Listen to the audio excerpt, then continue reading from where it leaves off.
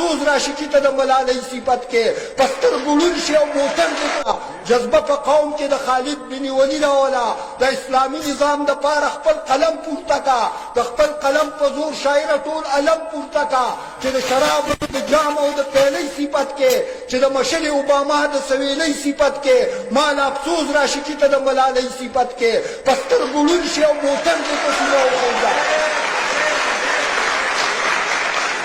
چې د شراب او د جام او د پیلې صفت کې چې د مشل اوباما د سویلې صفت کې مال افسوس راشي چې ته د ملالۍ صفت کې پستر ګړون شي او موټر دې په سینه وخېږه که ژوندی پاتې شوې په ژبه دې دانه وخېږه چې د انګلیس سره اوسېږي دغه سیاله نه ده د اوباما نه غیر چې بل چا څه خوشحاله نه ده دغه ملاله د میون هغه ملاله نه ده د داسې ښځې سره مینه محبت ګناه ده شاعره خدای ګو چې د دې جینۍ صفت ګناه ده د آخر ولې نن ړندې زما د قوم سترګې شوې پکې په بعضې شاعرانو د ایمان سترګې شوې د کافر سري دي او کوزي نن د مسلمان سترګې شوې مړ حسن بن ثابت شه زیباره جوړ نه شي چې د اسلام په لمن داغ چېرته ښکاره جوړ نه شي مه کوه دا د زیباره او د لبید شاعري کوه ټول عمر د الله پاک په توحید شاعري تاله په کار ده د حسن بن ثابت شاعري تا کې دا توان دی سپین ته سپین او تور ته تور ووایه مړه د هر مسلمان خور ته خپله خور ووایه که بې حیای چې حیا د بل د خور اخلي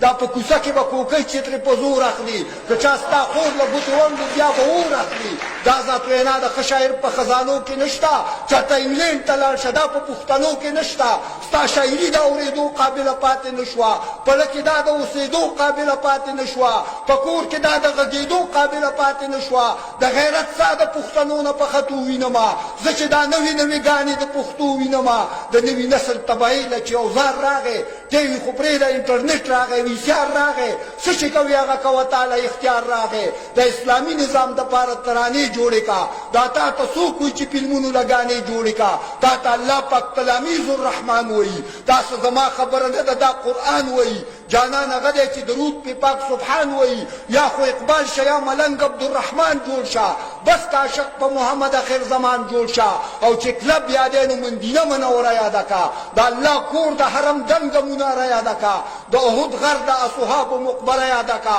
د حقیقي مینې چې ستا پړه کې کور پیدا شي مجبور وایي اله به را ستا قلم کې زور پیدا شي